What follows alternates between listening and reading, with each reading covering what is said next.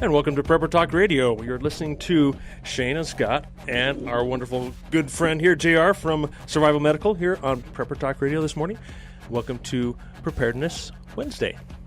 Preparedness Wednesday, that's a good new name. That's the way I like to refer to it. And so I'm calling it, unless you didn't listen last week, John, I'm calling it Preparedness Wednesday because I want to inspire everyone to take some time on Wednesdays after the show to get a little more prepared, right? Theoretically, that's a beautiful idea. Theoretically. If people actually apply it, then it's a fantastic idea. But that they're listening, hopefully that means that they will at least want to and have the desire to become more prepared, correct? Absolutely. All right, cool. So we have John in the house. What's going on, guys? And we always love to have John here. And what I wanted to, I guess, say about that is that John has become a very good friend. Hey, thanks. Very close, good friend.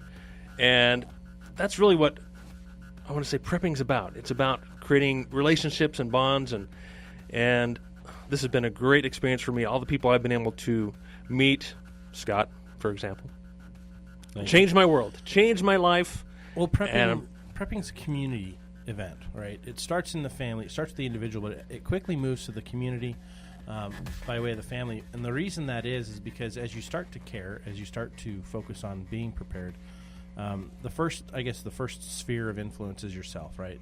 You focus on what I can do to get myself and my family prepared, and then it starts getting bigger and bigger.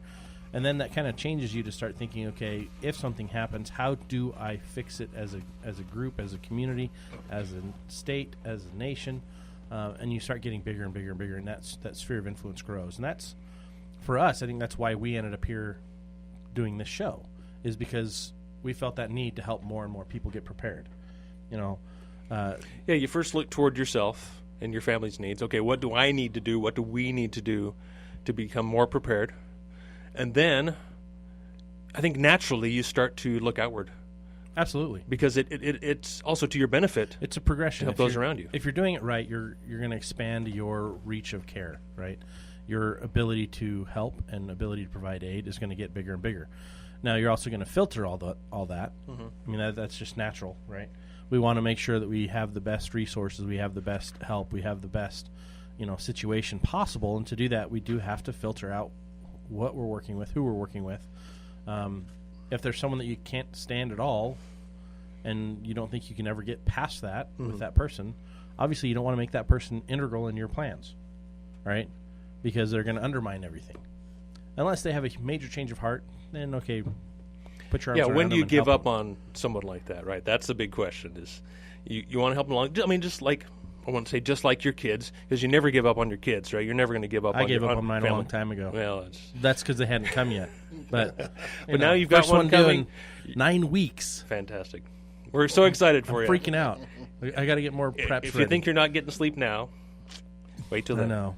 I got to get a year's supply of diapers ready. And right around the time that PrepperCon is coming, right? Yeah, 2 weeks after PrepperCon happens. Maybe, right? Baby Prepper Just don't know. Is due. Right. If she comes early, holy crap, we're screwed. You need a year's supply of naps. That's what you need. I know. I just don't have a way to stockpile those so they don't get destroyed. We've got a caller here. Let's should we roll the dice? Let's roll the dice. All right. Hello, caller. What's your name? Good morning. Good morning. Yeah, guys, we got a question. Yes, please. We were listening to the prior hour of one of the gals, apparently whose husband had been accused of. So I'm going to cut you off for a second. We didn't pay attention to the previous hour, so we're not going to be able to talk about that at all. No, that's all right. Hey, but this preparation is something here that's very important because it involves the very basis of whether or not you have a right to those things that you own and possess. All right. Okay. And the question is, I listened to this gal, and I won't refer to it more than to say that it's in court right now. So, but what? And she was on her way to court, I guess. But and years ago, I had a friend tell me that we tried to get him interested in home storage, and he wasn't interested, and he did not have my religious affiliations, and but other than that, we were good friends in that, and we talked about home stories and this sort of thing. And he said that that's really hoarding, and if push comes to shove and worse comes to worse, that you'll be surrendering all your storage to the government, and that'll be distributed to everybody. Okay, and I think what he said is thought by a lot of people, and I know that people who believe in home storage in years past, in many areas, have been helpful, provide immediate assistance to those in need. But the question about one doing this voluntarily and one being forced to do it is very important, because there's all sorts of constitutional protections that people be overriding when they resort to this by brute force, and it's called military law. Mm-hmm. And I think what you're referring to is obviously, I believe there's an executive order out there that says that the government can take whatever resources it deems necessary, and I think that's probably what he's referring to. And that is definitely a concern, but it's not something that I personally even put any weight in when making my own preparations. When push would come to shove, yes, and it's never been adjudicated that I know of, because obviously the Constitution is on the side of the property holder. Okay, and it's all up to what you believe and what you're going to stand for and what you're going to support and uphold. So yeah, but in any case, it's surprising, when Mr. Trump, as I remember, one of his pre-election mandates that he says he's fulfilling. One of them was that he would get rid of all these unconstitutional military law executive orders that Mr. Obama has put in place, and I might add there were some in place before his time. Yep, absolutely. And thank you for the call and bringing that up, because that is an important thing for us to consider at least, and hopefully Trump does make some changes. That's crazy. A politician that didn't do what he said? Wow. Sadly, it's all too often. That's crazy. Yeah. But I think how that segues into today's conversational topic is we're talking about what brings us to the point of why we want to prepare. What starts us on that journey. And for some of you listening, it may have been a book. It may have been this show. It may have been a TV show you watched and you're like, oh, wow, that makes sense. It may have been PrepperCon. That's actually why it was created, is to help people get prepared, help people who think, oh, that's weird, to all of a sudden think, oh, that's cool. That's easy. Let's do this. So, Sean, let's.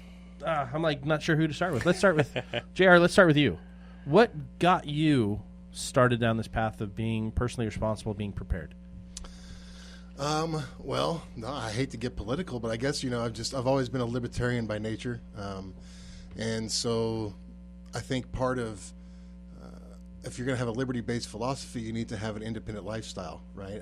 It doesn't make sense to believe in liberty and independence and having to be dependent on a system outside of yourself. And so I guess really I probably started my preparedness journey as more of a self-reliant journey. Okay. And then the more I observed the world around me, it probably shifted more into a preparedness mindset. But I think at the heart of my journey there, it started as self-reliance. I wanted to be able to provide for my family and live a lifestyle that wasn't dependent on the world around me. Well, I think the beautiful point in there is that it's self-reliance. You say it started as self-reliance, but I think it's continued even more so as self-reliance for you, right? Sure, absolutely. I think that's the goal that we're all searching for, is to be self-reliant, to be able to do what we want.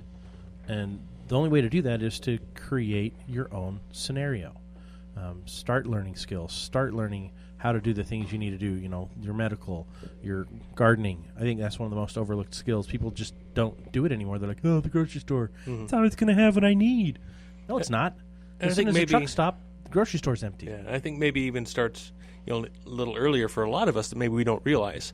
I look at my own kids and I talk to my mom and says, oh, you were a stubborn kid, man. You just did whatever you wanted, and I think that is kind of the root. That's kind of where we all start. You too?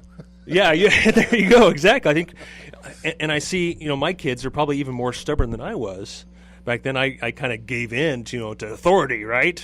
To my parents being the authority. And my kids, they just do not do that. Maybe I'm just not as stern or as I don't know what the right word is. With my kids, you big softy.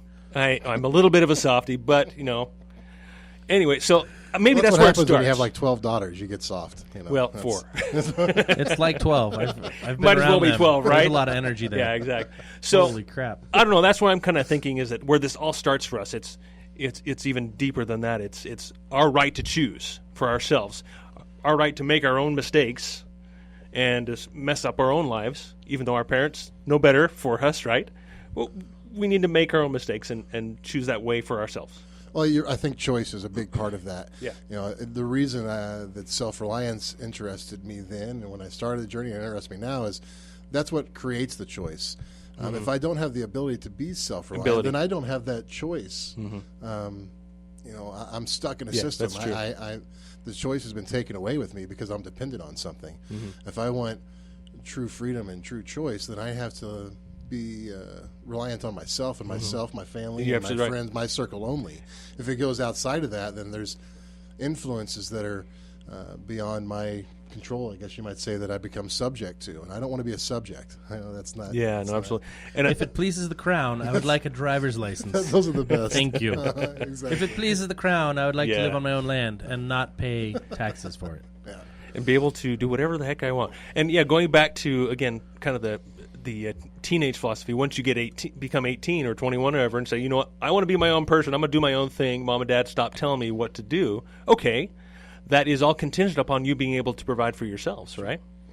So there's that same kind of analogy. Is okay, to have the freedom, you have to have the self-reliance to have that freedom. Well, I think to go off of our earlier caller's comment, that's hoarding, right? Well, I look at the people that aren't preparing, and I think, wow, how selfish are you, a-hole?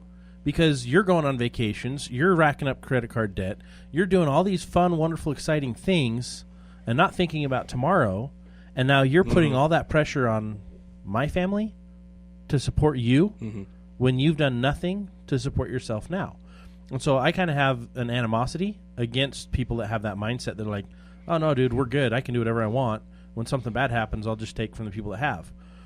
Well, he won't be able to take from And my that's house. happening right in front of our faces, right in front of our noses, where maybe not directly they're coming to our houses and taking our stuff, but because maybe they aren't as productive as they should be in society or whatever. But just observing that isn't far enough, right? I think we've got to. Right. I think the point of Prepper Talk Radio that you guys do, and the point of PrepperCon that you've built is to spread that awareness. Yep. Because just observing it doesn't do much. Hey, there's a problem. Well, let's look at it. No, there's a problem. Let's find a solution for it.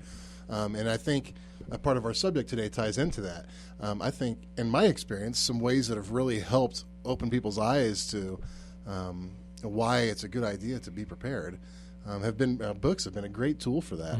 And in particular for myself, I know that I'm a huge fan of James Wesley Rawls. His first book in the Patriot series, I think I've probably handed out 30, 40 of those copies that never came That's your home. Book of Mormon? Yeah, exactly. That's my proselytizing a book for preparedness is, hey, here, read this. And Hello, brother. I would like to indoctrinate you into the Church of the Preparedness. So I knock on doors. Can I share a message with you about being prepared? And as we go into break, just a quick announcement. James Wesley Rawls will be on the show in the near future. So I've talked with him, and he's agreed to come on the show for half an hour. And here we go to break. Thank you for listening to Prepper Talk Radio. Our sponsor, Survival Medical, survival-medical.com. Be sure to check it out. The only first aid kits tougher than nature. Join us after the break talking about what inspired you, what inspired us to become prepared. See you after break. These guys have an awesome app that you can watch anywhere in the country and listen live if you don't like the live feed there, or if you're driving and it's easier for you to do. It's our first time doing a go live And I thought this was a good time to do it while we're here with the guys at Prepper Talk Radio. So check it out. These guys do this every Wednesday at 9 a.m. Mountain Standard Time. Great show. Even when I'm not here, these guys do a great job. Why, thank you very much. And if you're not familiar here, this is Mr. PrepperCon himself, Scott Stallings. He's the founder and CEO of PrepperCon, which is by far the coolest event in the preparedness industry. We do a lot of expos. If you guys have seen the Follow the Survival Medical page, we go around the country to outdoor industry trade shows, that kind of thing. But when it comes to preparedness, there's only one we go to, and that is PrepperCon. It's the daddy of them all. Right now, it's only in Salt Lake City, South Salt Lake, at the. But that's going to change. I think Scott here is going to take the show on the road, so that you guys on the coast and in the South that are big fans can be a part of it. It's a really cool event. Scott, when's that going to be? April 21st and April 22nd at the Southtown Expo Center in Sandy. And we open our doors at 11 a.m. on Friday, 9 a.m. on Saturday. First 250 people through the door get a PrepperCon survival card. Has 22 tools. PrepperCon/ReadyMan. /ReadyMan/ just get prepared. Freaking cool. It's got everything from fish hooks to arrows to AR scraping. And to give you an idea, if you've never been, I mean, you've got the best products in the industry that are there and people telling you about it, and you can get them cheaper. There's also a ton of awesome classes. I mean, some of the most brilliant minds in the preparedness community are going to be there teaching you all about it. There's a prepper fashion show. There's all kinds of, survival, what would you call them? All kinds of vendors. Icons. Yeah, you know what I mean? That's true. Yeah, it's a ton of fun, guys. So make sure and check out PrepperCon. What's your website, Scott? PrepperCon.com. PrepperCon.com, guys. So tickets are on sale right now.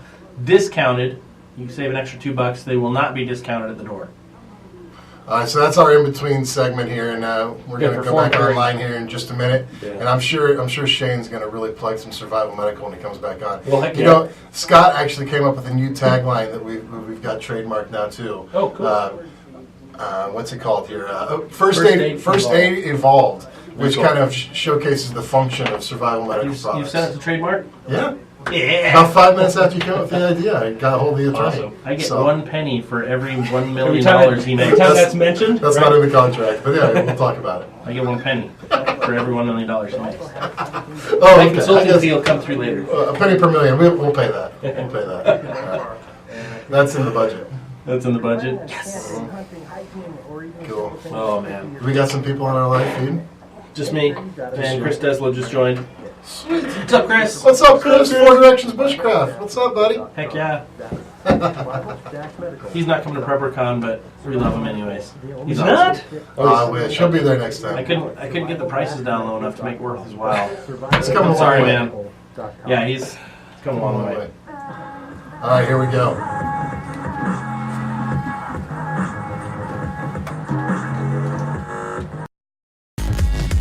No need to let the music play. Let's get right back into our conversation. You're listening to Scott, Shane, and JR here on Prepper Talk Radio. Our wonderful sponsor, Survival Medical, survival-medical.com. Go get your stuff there right now. Do it now. Go. Well, wait till maybe the show's over. Oh, you can do it right now. While you're listening. Unless you're driving, don't drive and listen pull up the web at the same time. We are talking about things that have inspired you, me, Scott, JR, to prep. So where should we go from here? Well, I think let's go back to what's inspiring you to prep, right? We didn't really get everybody's start-off point. For me, I thought this was just a way of life that I was raised with. My grandparents on both sides of my family had at least a year's supply of food. They rotated their food. They canned their own food. I remember one time my grandpa came upstairs with a bunch of cans that didn't have labels, and he's like, I lost the labels on these. We're going to have whatever's in here. And I'm like, what? What's in there? And I was probably like 7 or 8. Yeah.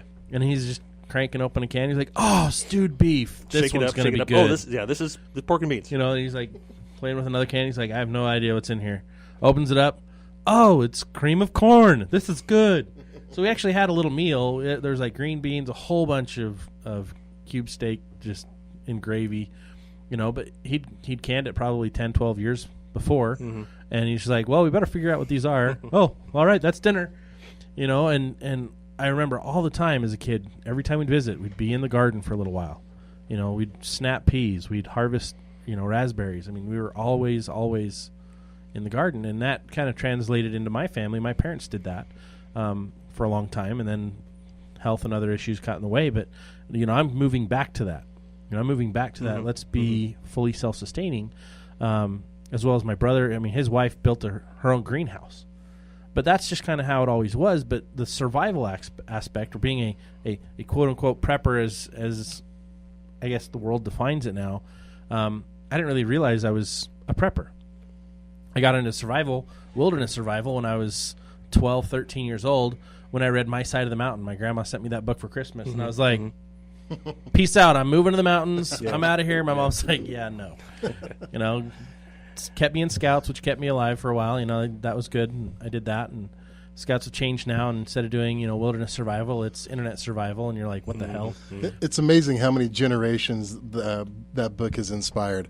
Hatchet's another one. Yeah, I can remember loving that book as a kid, and now my oldest boys are just they're in love with that whole series and that author. And Hatchet. When the guy has a heart attack in the plane, I can still envision that entire scene playing out, and just the smell and the fear, then crashing into the water. It's an amazing book. Yeah, I can remember the exact setting, time of year. It was winter, Noblik, Missouri. Reading that, I can totally remember the same thing. Springtime. That was a powerful experience. It's cold outside. I'm taking notes. It was such a good book. Still such a good book. Great book. But it's funny how, for me, those books, and it started, that was the book I read right after My Side of the Mountain. Those books got me into, okay, how do I snare? And when were those books written? Early 1900s? I was going to say 70s, somewhere in there probably. Yeah. Okay. I mean, that's inspired a couple different generations, and for me, it's cool to see my kids picking it up. I mean, my oldest boys, they just live in the woods. They remind me so much of me at that age when I picked up those books, to where I just wanted to wear moccasins and run around the woods. And they're sarcastic like their dad. They are hilarious. I don't know where that comes from, but that's cool to see that the generational experience happen from the power of those books. I mean, we're seeing it now too. Think about what's the one everybody loves, 1 Second After. Now, I personally couldn't get through it, but look, that was a bestseller. I mean, it became a movie. That's true. Really? There's a movie? It's horrible. I got through the first 15 minutes. Yeah, it was one of those low budget. Just I didn't know that, but think about how many times have you had people at PrepperCon come up and explain to you, because everybody likes to tell your story, story when they're at those events. It's amazing to me how many times that book gets brought up for hey, I was living your normal life, never thought about tomorrow, and then I read this book and boom, Well, the interesting thing about PrepperCon is at the end of the day, that's my favorite part of PrepperCon. That last hour before we close the doors on Friday and the last hour on Saturday, because people are coming out, and that's the time where I'm not putting out fires. I can just enjoy. Yeah. And so I'm at the exit, and I ask people, how'd you like the show? And I'll get some, it was okay, and I'll get some, I found this cool thing, and then you get the stragglers who were hanging out all day long. I've been here all day. Yeah. I didn't plan on being here all day, but holy cow, I've been here all day. I didn't know I needed this, and so I found this, and I got that, and oh man, I found out I needed some backup power, so we went over here and we got this, and it's funny because they'll walk out, and I'm like, well, where's all your stuff? Oh, they're shipping it straight to my house. I don't have to worry about it. This one guy bought 2 really big water tanks, and then he bought a hummus generator, and then he bought a year's supply of food storage. And one of my really good friends came through, and he's like, hey man, hook me up with some tickets, and so I gave him some tickets. And he's one of my mentors, and so I'm like, yeah, dude, of course. He comes through, and then the next day he comes through with his wife and son, and then later that day he comes through with his mother, and he makes sure everybody's got. He bought a bunch of tasers. He bought food storage for everybody. I mean, he got first aid. Actually, I did bring him to you, and he bought a bunch of stuff from you as well. But he's like, I got stocked up. This is awesome. I had no idea this was going to be so cool. I thought prepping was a little and now, man, this is what everyone needs to do. And I was like, done. I did my job. Yeah. PrepperCon's mission is to help people get prepared, help people wake up and be self-reliant. Is Cache Valley Prepper going to be there again talking about the EMPs? That guy is so smart. He is. Awesome. Yeah. He's on the agenda. Yeah, and what class is he going to be teaching? Tell everybody about it, because this guy is brilliant. I don't know yet. He's probably going to do another EMP class. I need to sit down and talk to him and see what else he wants to teach. But he is probably one of the greatest resources we have because he's a treasure. He's very intellectual. He's a huge proponent of personal study, and he'll go out and find all the right resources, and he'll validate it or invalidate it, and find out what's really true, and that's what he bases his research on. And then he actually publishes in a lot of different, different places, periodicals yeah. like Survivopedia, as well as a bunch of others, and so he's constantly being published and cited because he's such a very unique person, but also very credible. So we're working on him. We've got Alan Kay and Nicola Pellion will be there as well. They're from History Channel's Alone. Awesome show. The thing I love about that show is I learn something every week in wilderness survival and in foraging. Almost every episode I watch. So what episode of Alone were they on? Well, Alan won season 1. Cool. Nicole, she was in the top, I think, 4 or 5 of season 2.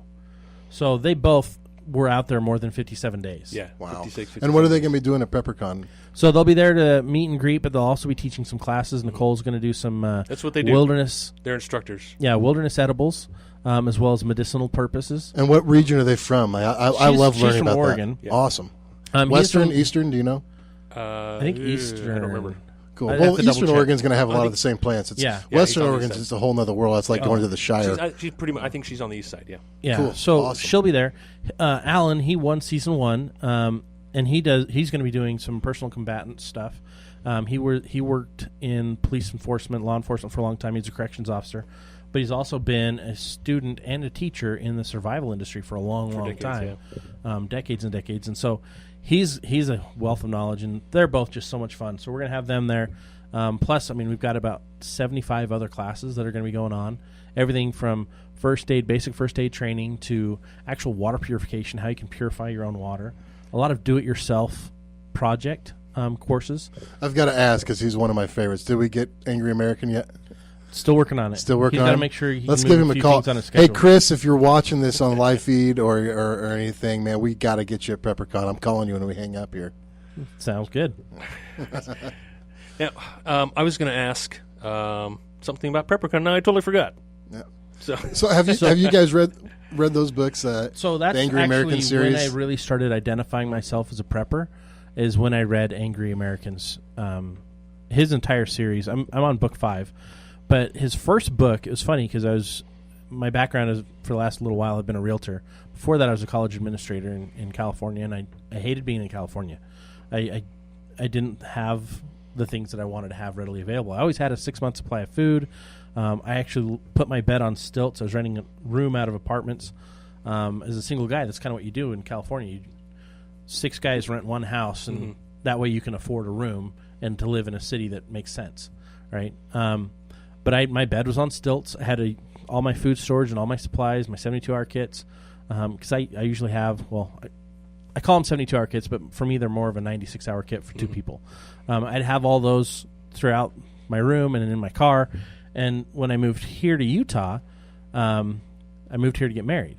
Well, I was working at Keller Williams as a realtor, and one of the guys in the office there would just laugh because I'd always bring an extra bag with me into the building when I'd be at the building all day. He's like, "What is that?" I'm like, "Oh, it's just one of my kits." He's like, "What do you mean one of your kits? Like, is that full of tools?" I'm like, "I guess you could say it is." And we're talking, and he's like, "What's in there?" And so I open up the bag, and first thing I pull out is I've got a K-Bar Big World old War knife. II knife, and I'm like, an old Marine knife. And he's like, "Oh, wow, that's cool." And I'm like, "Oh, that's nothing." Then I pull out a little solar panel that flips open. I can charge my devices. And then I start pulling out water and food and clothes, and he's like, "Is that like a 72-hour kit?" I'm like, "On steroids." And I start pulling out all these different things. He's like, "That's awesome. So are you a prepper?" And I'm all, I never really thought of that.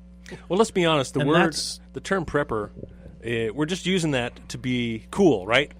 To kind of it's, fit it's in. a catchphrase name. it's a that's what catch-all. It's a catch-all. I mean, Yeah. it's doomsday preppers gave it a negative connotation, right? And he's like, "Do you watch those shows?" And I'm all, "Well, yeah, I do. They're fun. They're funny, but they're over the top." And I've met a few of the people on there, and they're not really that way. And he's like, "Oh man, I kind of wish they were because that's so cool." And I'm like, "Really?" He goes, "Oh yeah, if you like prepping, you've got to read these books by Angry American." Because when the stuff hits the fan, the stuff's going to be on the fan. and then the stuff it'll be on the fan. It'll be on the fan, and it'll be dripping. So when the feces hits the vertical John. oscillator, you need to be ready. But he got me into the Angry American books, and I'm like, dude, these are awesome. And I just devoured book 1. And then I went on a cruise with my wife, and I devoured book 2, 3, and 4, and had to wait for 5 to come out. And I'm like, waiting. I had the same experience. It was, well, not the exact same experience. I wasn't on a cruise with my wife, but I think I ordered the first 2 from Amazon. I read them all, and then I had to wait the 4 days for the next 3 to get there, and that was like the longest 3-day stretch of my life waiting on those to get there. But I think what's interesting when you read these different series, Angry American's a great one. James Wesley Rawls is a great one. Mm-hmm. I'm a huge fan of Buckshot Hemming. If you guys have ever read his series, Grid Down. Yep. It's I think 4-book series. He's a very famous trapper. But I think what's interesting is the different characters that are in these books that you can relate to is what I've found drives my passion for the different series. Some of these have. I think that's what turned me off of the 1 Second After is I couldn't relate to that character in North Carolina and his his whole lifestyle and his outlook on getting prepared there last minute. I couldn't relate, but the James Wesley Rawls character where they live up in the middle of nowhere, Idaho, and live off grid, and they live this life where they were prepared for. I could relate to that character, so I love those books. Well, what was it that made you relate that you loved them? Well, Morgan's the main character, and I didn't have any kids. He's got 3 daughters and a wife, and he's traveling for work, and I've done that. I've been in that position where you're traveling a lot for work, and I was hours and hours away from home by car, and I'm like, man, how'd you get home? And he drills out the whole scenario. And every time I drive anywhere, I take an extra bag, so that I have those extra resources. And so for me, it was really easy to connect with him. But then there's also, I started reading his, and while I got stuck waiting for his 5th book, I got onto G. Michael Hopf. And Jeff's been on the show before, and he's awesome. His books, it's a former Marine, and I'm like, I can't relate to that. But then he's married and has a wife and a kid and lives in Southern California. I could relate to that at the time. And then an EMP hits. And that's where his book really starts, and I'm like, that's what I'm doing. That's how I'm preparing. And so my biggest, I guess, concern or what I'm preparing for is when the grid goes down. Yeah. It's not if, it's when. And I don't care if it's an EMP, if it's some other situation that causes it. I mean, more than likely, it's going to be a pandemic, and there's so many people that get sick, no one goes into work anymore, and our grid goes down. Our grid's outdated anyway. Yeah. I mean, it hasn't been updated in over 47 years. So, of course, it's fragile. So I don't care. I'm just going to keep doing what I can do to get prepared. I'm actually working on a do-it-yourself now, some vertical wind turbines. Well, in Rawls, the same kind of way. His books start off with the premise of a financial collapse, which, look what, Shane, you just texted me this morning about, look how much things are climbing, that might be really good, or that might be a pendulum swing that's going to lead things back another direction. Exactly. That's a possibility. 1,000 points, more than 1,000 points in the Dow in 32 days? That's insanity. It's unheard of. That's a bubble. That's more than a bubble. Yeah. Well, I think, and plus we're coming up on the 15th is when the budget has to be resolved, right? If it's not resolved, we're going to see another shutdown like we did a few years ago. And that's another Y2K or something like that, right? Well, I'm hoping that it shifts things quite a bit, and my silver's worth a lot more, so I can go change that out and hope so pay off too. my house. I kind of doubt it. I think they'll just continue on as normal somehow. The same can down the same road. Yeah, nothing will happen. It'll just get worse and worse. And that's what's happening by this bubble ceiling. getting bigger.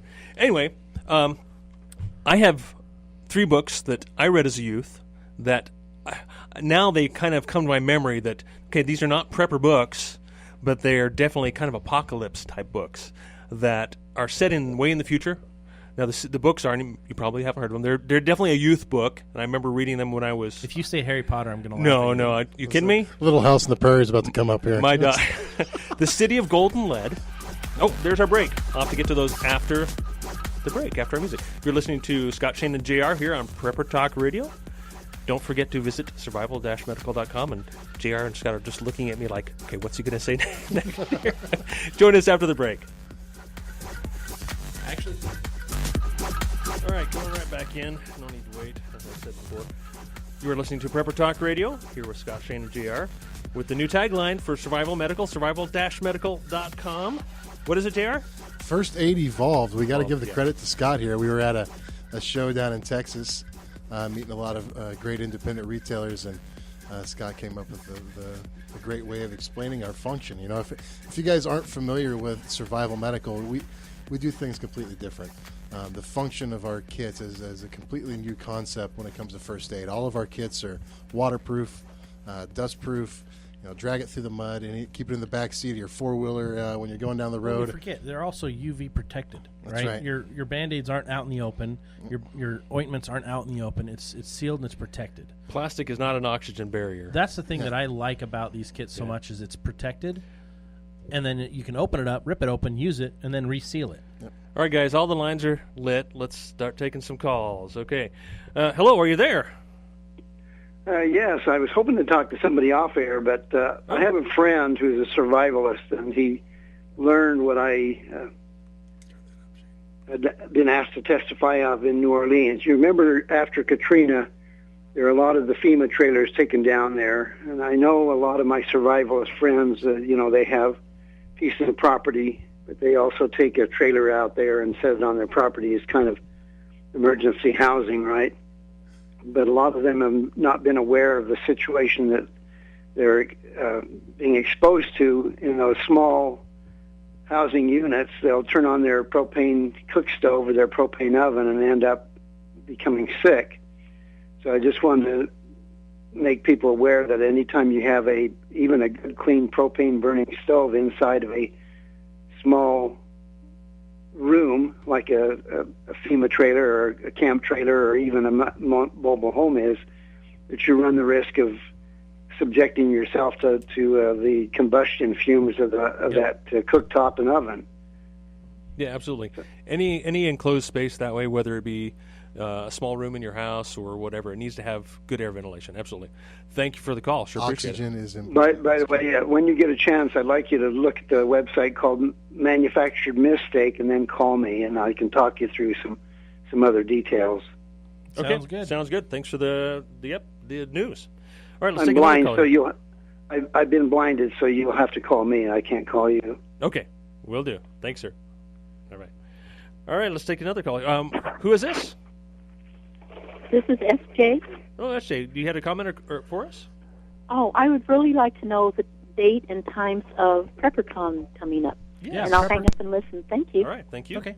PrepperCon is April 21st and April 22nd.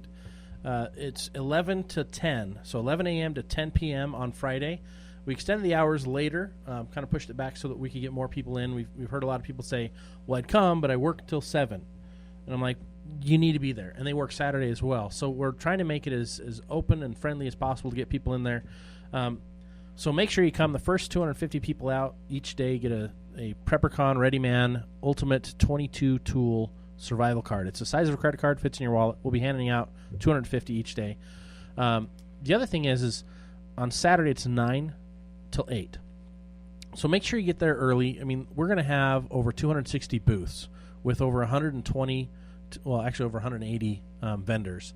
But everything from first aid and food storage to off-grid living, alternative energy, battery backups and banks, different types of fuels, personal and self-defense, personal protection, firearms.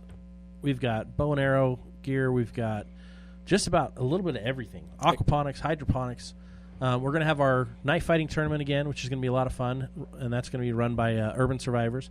We're going to have Prepper Fash, which is the only fashion show in the world of preparedness, featuring everything from mosquito-proof clothes, fireproof clothes, to hazmat suits by Survival Medical, and a whole bunch of other cool stuff, camo and everything else. We have a lot of fun. We try to make this the most exciting preparedness expo in the world, and I think we've done a good job doing it. It really is a lot of fun, absolutely. So you get your tickets, discount tickets at preppercon.com. Go to the tickets page, and you'll save a few bucks. Awesome.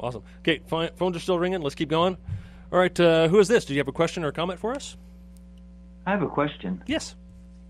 This is a question on bunkers and that sort of thing. Okay. So I'm adding a basement to a house that doesn't have one, but the basement isn't going under the house. It's going behind the house, and then the house is being extended over the basement, the new basement. Mm-hmm.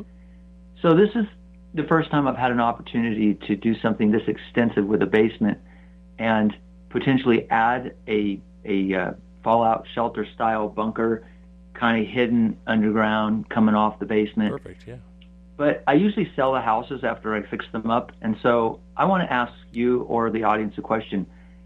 Does this sort of thing, would it really add value to a house? Would it be a weird thing to market? And do you just show it to everybody when you go to sell the house? Do you advertise it in the listing? Or do you kind of keep it a secret? Do you see what I'm saying? Like, it's a kind of an odd thing to put on a house as far as what most people put on a house. It doesn't feel odd to me. It probably doesn't seem odd to you.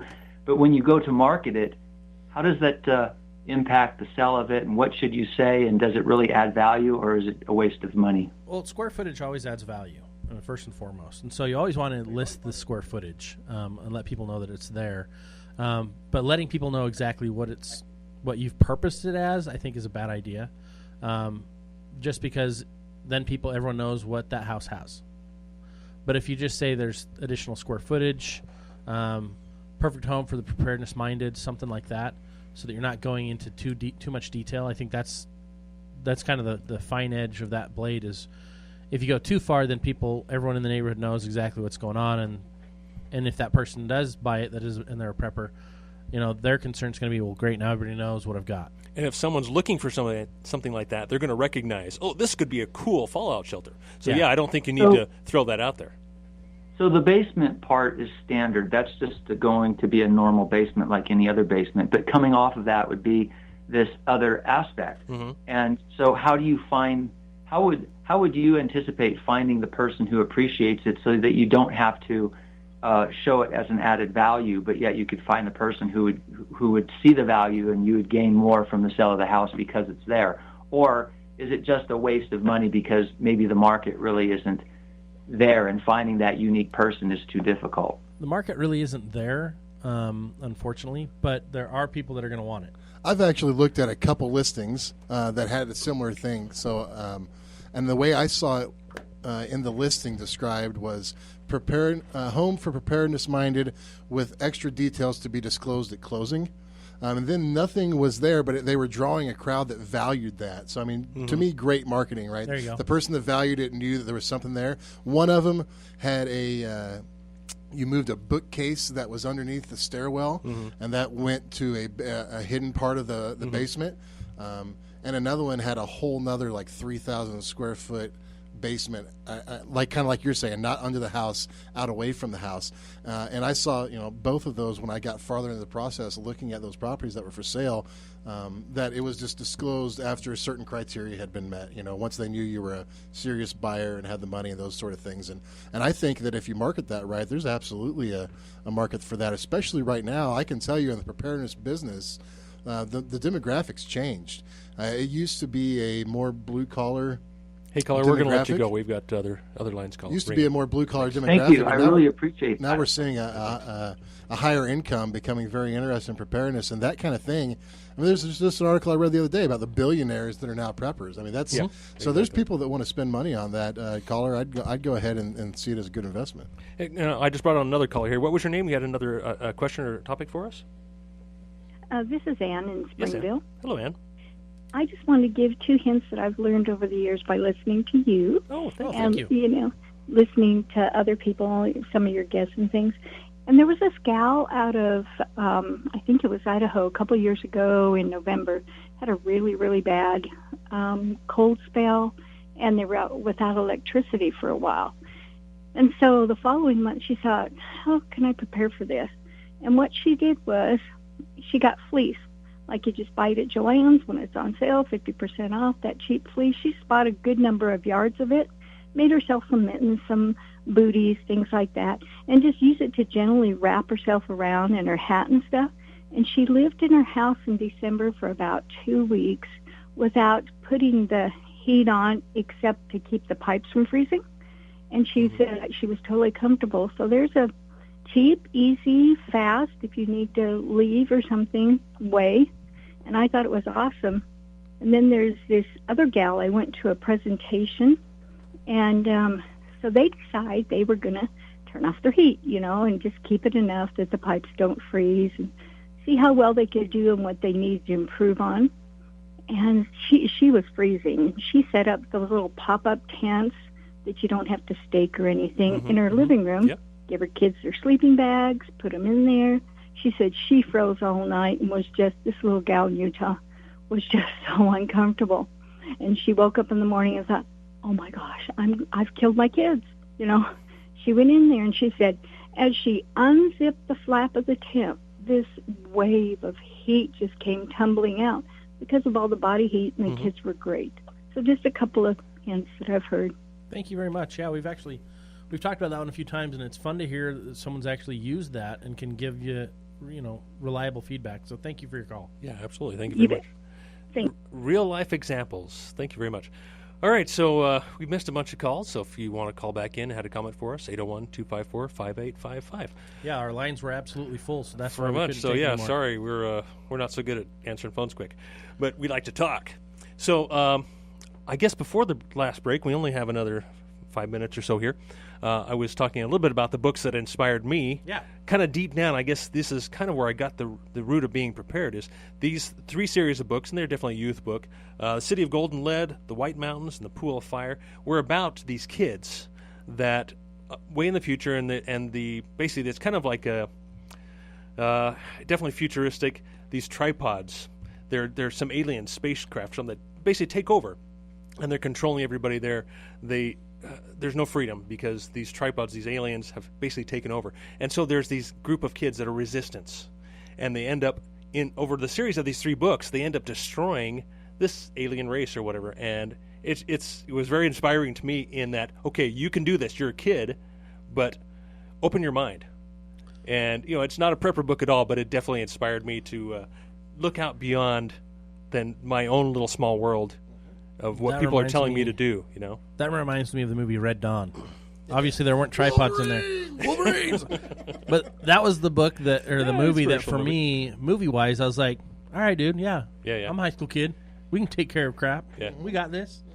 I still didn't know how to shoot a gun correctly. Like, in Scouts, we went shotgun shooting, and they were throwing pigeons out, and I'm like, I got 1 for 10, yay!